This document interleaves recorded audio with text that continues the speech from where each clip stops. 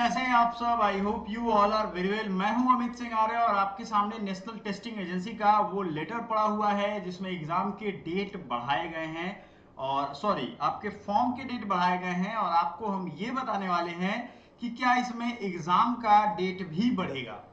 क्योंकि मैं 3-4 दिनों से काफ़ी ज़्यादा प्रॉब्लम में था, हेल्थ रीजन से बीमार था और कुछ टाइम लग गया मुझे रिकवर होने में। इस वजह से मेरी वीडियोस कंटिन्यू नहीं आ पा रही थी। लेकिन सबसे बड़ा सवाल है कि क्या आपके एग्जाम में एग्जाम का डेट भी बढ़ेगा, क्योंकि जिस हिसाब से ये फॉर्म का डेट बढ़ रहा है उसी हिसाब से हम बात करेंगे। आपको मालूम है कि आपके एग्जाम में अप्रोक्स 20 lakhs ऑफ फॉर्म भरे जाएंगे। ठीक है, अगर ये बात आपको नहीं पता है तो आप इस बात को जान लो। अब सवाल ये उठता है कि जिस भी फॉर्म का तीसरी बार ये फॉर्म का नया एक्सटेंशन आया है कि आप फॉर्म भर सकते हो, उसका 2-3 रीजन है, इसको समझो। क्या रीजन है? पहले तो एग्जाम डेट बढ़ेगा, ये हम लोग अभी समझ लेंगे। उसके पहले फॉर्म का डेट ही क्यों बढ़ रहा है? पहला रीजन ये है कि बच्चों ने क्या किया है, रजिस्ट्रेशन कर लिया है और क्या किया है, अपने आधे काम छोड़ दिए हैं बीच में। उसने जैसे रजिस्ट्रेशन करके थोड़ा सा आगे बढ़ गए हैं, बाकी छूट गया। उसी तरीके से आगे बढ़ते गए हैं और एक टाइम आया जब उनका डेट खत्म हो जा रहा है अलग अलग कारण से। लास्ट टाइम में बहुत ज्यादा रश हो जा रहा है, ट्रैफिक, इंटरनेट ट्रैफिक इस वेबसाइट पे बहुत बढ़ने की वजह से वेबसाइट क्रैश हो जा रहा है। बात आप समझने की कोशिश करो, इस वजह से ये डेट बढ़ाया जा रहा है। अगर इसका रेशियो बहुत कम रहे तब ये डेट इतने रेशियो में नहीं बढ़ेगा। समझ रहे हो?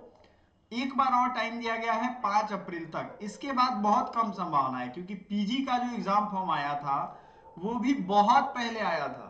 आपको बता दें ये भी फॉर्म बहुत पहले आया, हालांकि ये तो थोड़ा टाइम पे है। पीजी वाले बच्चों का तो फॉर्म आगे चला गया, एग्जाम भी हो गया, उनको ये पता भी नहीं है। बात समझ में आएगी आपको? इसलिए मैं कह रहा हूं कि सक्सेसफुल फाइनल ट्रांजैक्शन फी का और ऑनलाइन सबमिशन का आखिरी टाइम है 5 अप्रैल 9:50 तक। आप फॉर्म भर सकते हो, सबमिट कर सकते हो और फी के लिए 2 घंटा और टाइम दिया गया है। कुल मिलाकर के करेक्शन का जो नया टाइम दिया गया है वो 6 से 7 अप्रैल दिया गया है। अब एक चीज ध्यान रखिएगा, मैंने खुद बीएचयू से यूजी और पीजी कंप्लीट किया है। जो भी बच्चा ये फॉर्म भर रहा है वो BA LLB, BA arts, BSc, BCom जिसकी भी तैयारी कर रहा है उसकी पूरी क्लासेज फिर से अपने पुराने टाइम पे आज मंडे है तो आएंगी। आपको टाइम टेबल हम अलग अलग वीडियो में दिखाते हैं। अब आपसे एक चीज बहुत सीरियसली कहा जा रहा है करने को। Candidates and stakeholders are advised to take note of the above act accordingly.